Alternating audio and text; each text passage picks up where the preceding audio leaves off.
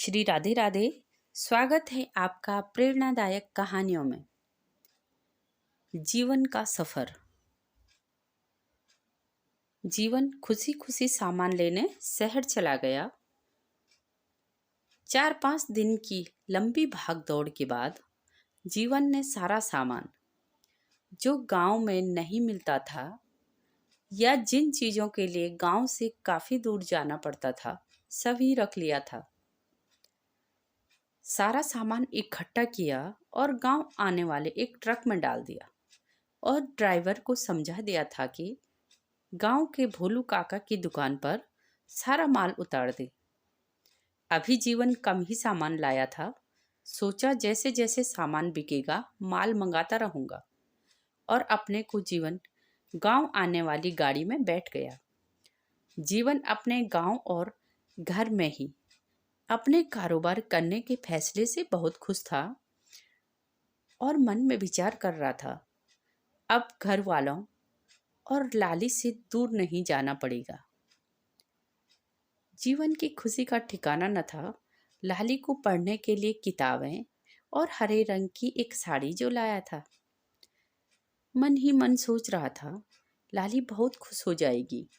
अपनी माँ के जाने के बाद हर पल गुमसुम सी हो गई है। उसका शिक्षिका बनने का सपना जरूर पूरा करूंगा। गांव जाकर सारा सामान नई दुकान में लगाकर गांव वालों को सारी सुविधा दूंगा। लाली भी खुश हो जाएगी। माँ बाबूजी भी जब शहर में था तो बार बार परेशान होते थे कि घर नहीं आता।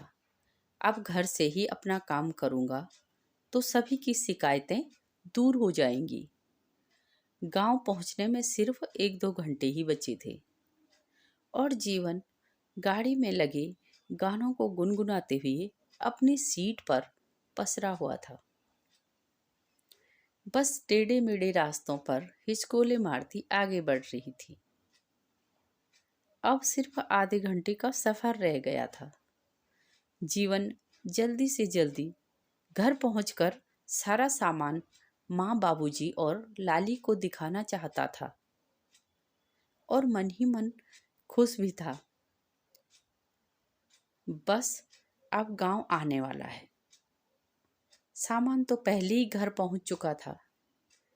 गाड़ी पहाड़ी मोड़ों से जैसे ही गुजरी, अचानक से अनियंत्रित होकर एक गहरी खाई में समा गई।